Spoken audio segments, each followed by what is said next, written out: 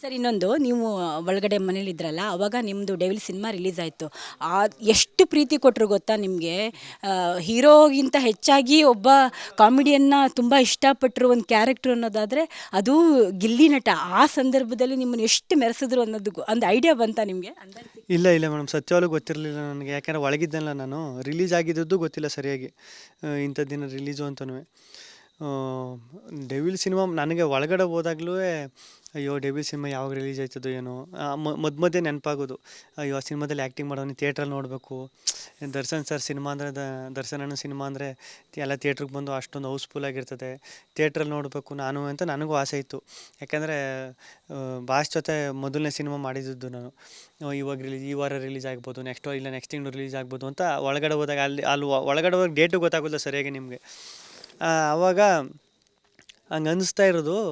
ಹೊರಗಡೆ ಬಂದಮೇಲೆ ಗೊತ್ತಾದದ್ದು ಸಿನಿಮಾ ನಮ್ಮದು ಎಲ್ಲ ಇಷ್ಟೆಲ್ಲ ರೀಚ್ ಆಗೈತೆ ಅಂತ. ಆಮೇಲೆ ಚೈತ್ರಕ ಅಂತ ಒಬ್ರು ಬಂದು ಅವ್ರ ಮಧ್ಯದಲ್ಲಿ ಬಂದು ಒಂದು ಸಲ ಹೇಳ್ಬಿಟ್ಟು ಹೋಗಿದ್ರು, ನಿಂದು ಸಿನಿಮಾ ನೋಡೋದು ಯಾವುದು ಅಂತ. ನನಗೂ ಅದೇ ಡೌಟು, ಆಮೇಲೆ ಗೊತ್ತಾಯಿತು ಅಂತ.